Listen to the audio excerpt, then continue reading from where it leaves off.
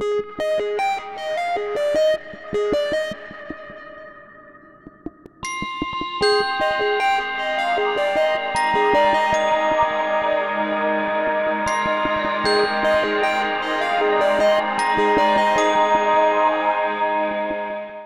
friends. Today I am going to discuss the topic entitled noise pollution. The main objectives of this lecture will be to understand the background of noise pollution, basic physics of sounds, some definitions and types of noise, the relation between noise and environment, the major sources of noise pollution along with various strategies to measure noise. Dear friends, at present the major problem in India and many other developing countries of Asia, Africa and Latin America are growing populations, rapid urbanization, industrial growth, inadequate food supply and depletion of natural resources. In recent years, environmental pollution has emerged as a new addition to this growing list, and when this word is mentioned, immediately people start thinking about air pollution and water pollution. But there is another type of pollution known as noise pollution. It is slowly emerging as a national problem. Noise is a potential hazard to health, communication, and enjoyment of social life. Slowly, noise is interfering with the human comfort, health, and quality of modern life. Although a soft rhythmic sound in the form of music and dance stimulates brain activities, removes boredom, fatigue, and also helps to increase workability of an individual while performing household works. It can also have harmful effects on our hearing, state of mind, general health, and intellect of even our social relationships. The word noise is derived from the Latin word nausea, meaning sickness. Noise, defined as unwanted or excessive sound, is an undesirable byproduct of our modern way of life.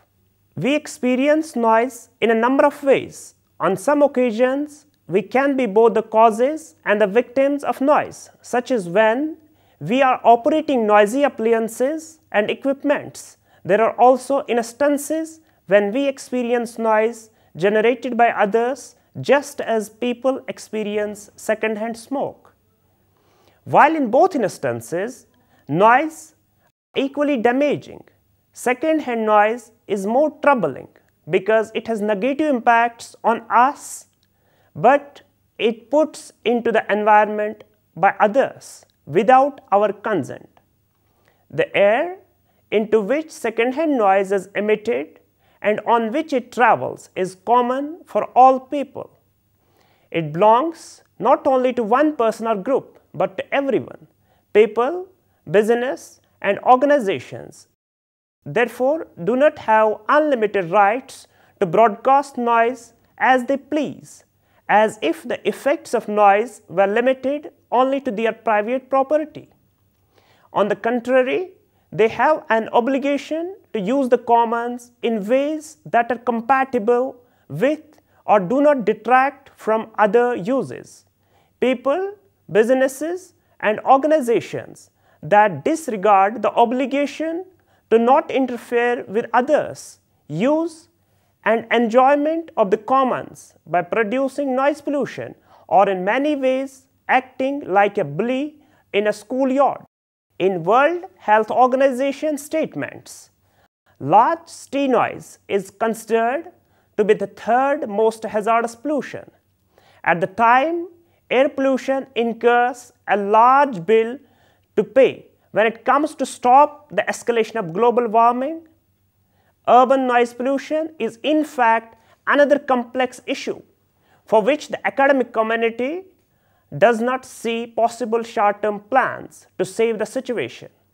It's only long-term strategic planning that might realize some recovery to the current increasing levels of noise pollution.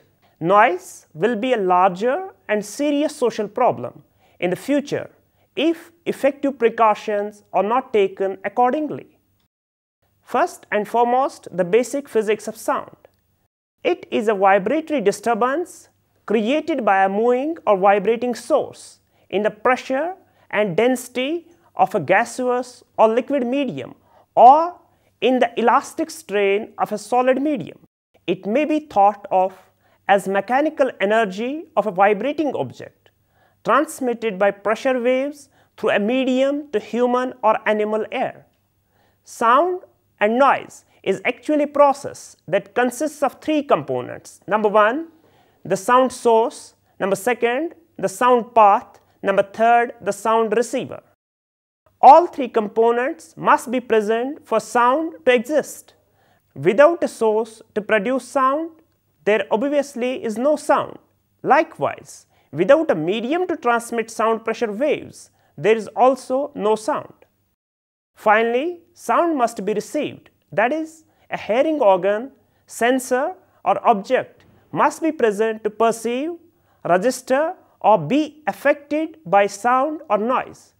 Acoustics is the field of science that deals with the production, propagation, reception, effects and control of sound. Frequency: the number of times per second that a wave passes from a period of compression through a period of rarefaction and starts another period of compression is known as frequency. It is expressed in hertz or kilohertz. The frequency of sound pressure waves increases as their wavelength shortens, and vice versa. The extreme range of frequencies that can be heard by the healthiest human ears spans between 16 to 20 Hz on the lower end to about 20,000 Hz or 20 kHz on the higher end. Sound below 16 Hz is referred to as infrasound, while high frequency sound above 20,000 Hz is called ultrasound. The frequency f is equal to v by lambda, where v is the speed of light and lambda is the wavelength. Wavelength: the distance travelled by a sound pressure wave through one complete cycle is referred to as wavelength. Sound pressure or acoustic pressure: it's the local pressure deviation from the ambient atmospheric pressure caused by a sound wave. It can be measured using a microphone in air and hydrophone in water. It's expressed in Pascal. Sound pressure level or sound level: it's a logarithmic measure of the effective sound pressure of a sound relative to a reference value. It's measured in decibels above a standard reference level. The commonly used reference sound pressure in air or other gases is 20 micropascals, the threshold of human hearing. As decibel scale is actually a means for comparing two sounds, we define sound pressure level SPL or LP as LP is equal to 10 log to the base 10 P RMS square oblique PO square, or LP is equal to 20 log to the base 10 P RMS oblique PO. Now some definitions of noise. According to J. Tiffin, noise is defined as a sound which is disagreeable for the individual and which disturbs the normal way of an individual. Noise is a subjective term for any unwanted or unpleasant sound beyond the level required for a particular activity. It differs from rank to rank and from place to place and time to time. Dear students, now the types of noise. There are two types of noise. Number one, steady noise. Continuous noise of sudden or gradual onset and long duration. For example, aircraft noise, power plant noise, propeller noise and pressurization system noise. Number second, impulse or blast noise. Noise pulses of sudden onset and brief duration that usually exceed an intensity of 140 decibels. For example, firing a handgun, detonating a firecracker, backfiring of a piston engine, high volumes clutching of radio equipments, and a sonic boom caused by breaking the sound barrier. Now I'll talk about the noise and environment. The noise has been recognized as a pollutant because its negative effects are subtle. Noise as a pollutant produces contaminated environment which becomes a nuisance and affects the health of a person, his activities and mental abilities. Noise pollution level is rising higher and higher in the cities. Each year, noise pollution is increasing in quality and quantity, and most people adapt to it by accepting impaired hearing and other damage to health silently and unconsciously. Noise pollution has not been an entirely new phenomenon, but a problem that has grown steadily worse with time. In China, till the 3rd century BC, noise was used as a method of torture instead of hanging men for dangerous crimes. In USA, noise is ranked second only to crime, whereas in India, every occasion is manifested in a noisy manner. This means that we don't take cognizance of this silent killer. Noise has been a form of pollution where unwanted sound gets dumped into atmosphere without knowing its adverse effects. According to Robert Koch, a Nobel Prize winner German bacteriologist, a day will come when man will have to fight merciless noise as his worst enemy of health. According to him, noise, like smog, has been a slow agent of death. If it continues for next 30 years, as it has for the past 30 years, it could become lethal. Dear students, now I'll discuss the measurement of noise. The quantification of noise for the purpose of determining whether they have been hazardous to health and welfare or exceed the legally accepted or adopted limits is a complex task. It depends upon both the purpose of measurement and the desired accuracy of the results. A wide range of measurement techniques are available for the measurement of noise. Acoustic instruments have been used for decades to quantify the physical properties of sound and classify them on the basis of physical parameters like amplitude and duration. Noise is measured in decibel, symbolized as dB, where deci means 10 and bel means the logarithm of the ratio of any two acoustical or electrical intensities.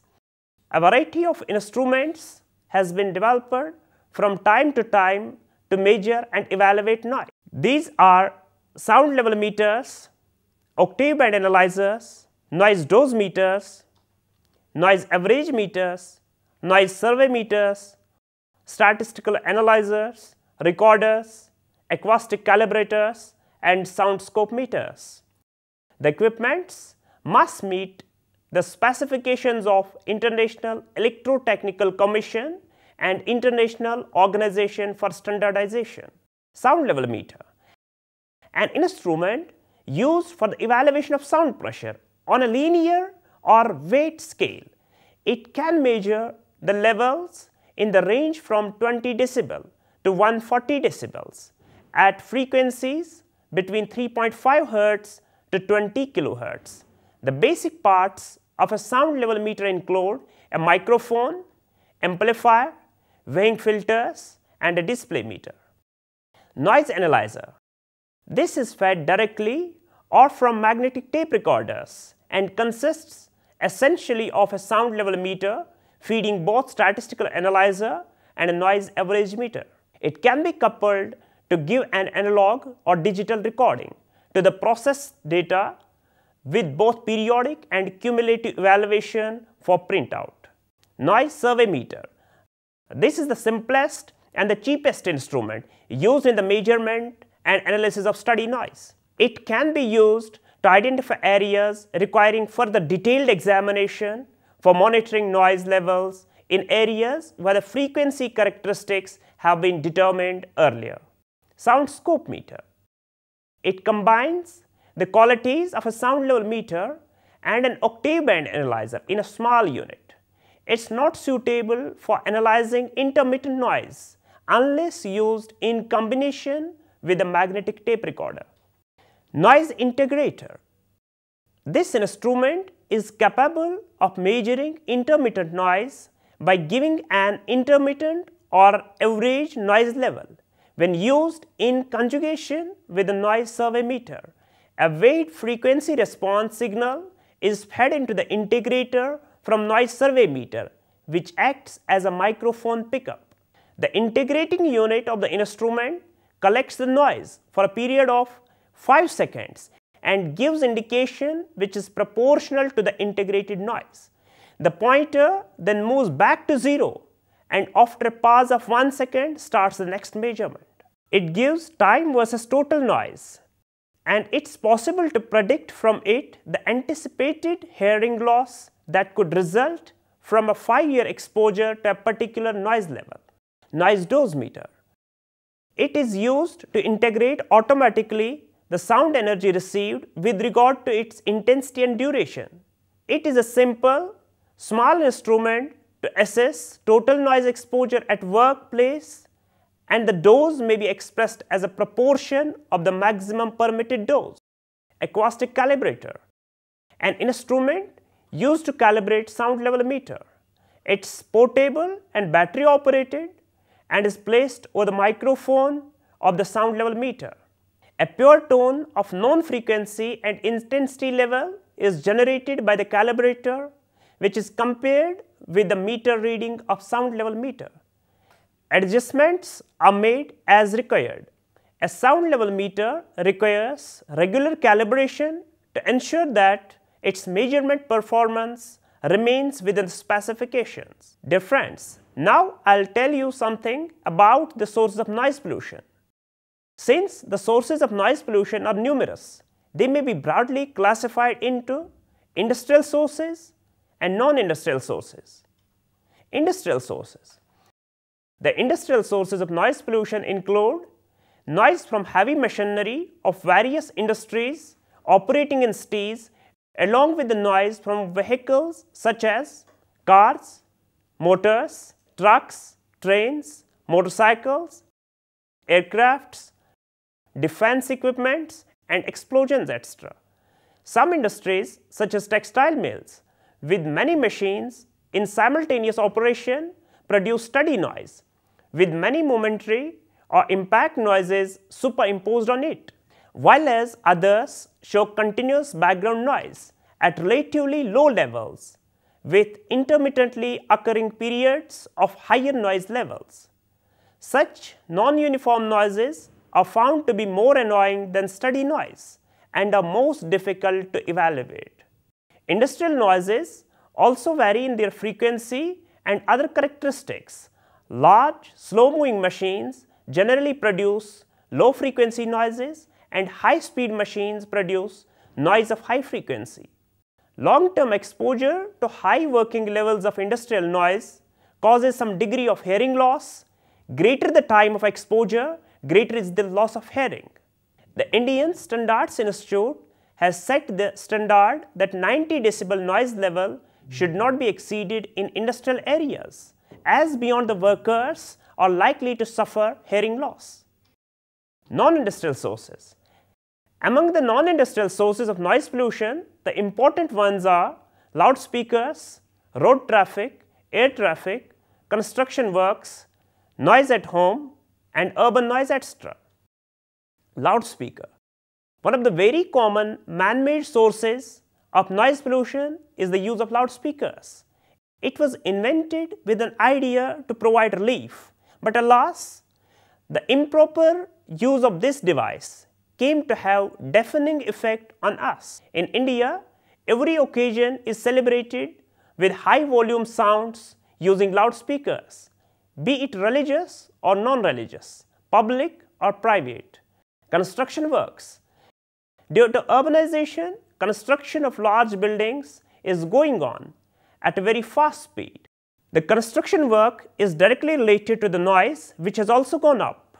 During demolition of old buildings or construction of new buildings, huge machines like jackhammers, compressors, rock drills, etc. are continuously being used. Noise pollution due to construction work is second in intensity to transportation noise. Road traffic. Road traffic has become a noise source as no regulation is being observed in blowing of horns, even in the sensitive areas. The use of defective silencer pipes, etc., has also aggravated the problem. Aircraft noise. It's a much more localized problem than transport noise, since it occurs only at major airports, but is now increasing steadily, especially at international airports, and constitutes a very serious problem. The problem is also aggravating due to the use of jet planes, where the noise is much more problematic due to its high pitch. Noise annoyance from aircraft sources is higher than traffic noise for the people who live around or very close to the airport. Noise at home. When it comes to home, the noise inside our homes is perhaps our worst enemy. We have equipped our homes with valuable electronic gadgets like vacuum cleaners, dishwashers, washing machines, dryers, refrigerators, TVs, stereo systems, radios, and so on and so forth. All these home appliances are quite noisy. Besides these sources of noise at home, there are a number of animals responsible for creating noise pollution, like chirping of birds, buzzing of bees, barking of dogs, and galloping of horses, etc. Urban noise. The distribution pattern for urban noise is quite complex. It differs from place to place and from time to time. A noise base exists 24 hours per day, consisting of household noise, heating, cooling, and ventilating noise, noise from power plants, shopping centers, hostels, and other buildings which do not change within night hours. So friends, today in this lecture we discussed the concept of sound, its basic physics, definitions of noise pollution, its sources and measurements. In the next part, I will discuss the impacts of noise pollution on human health and the effective measures to control noise pollution. Till then, goodbye.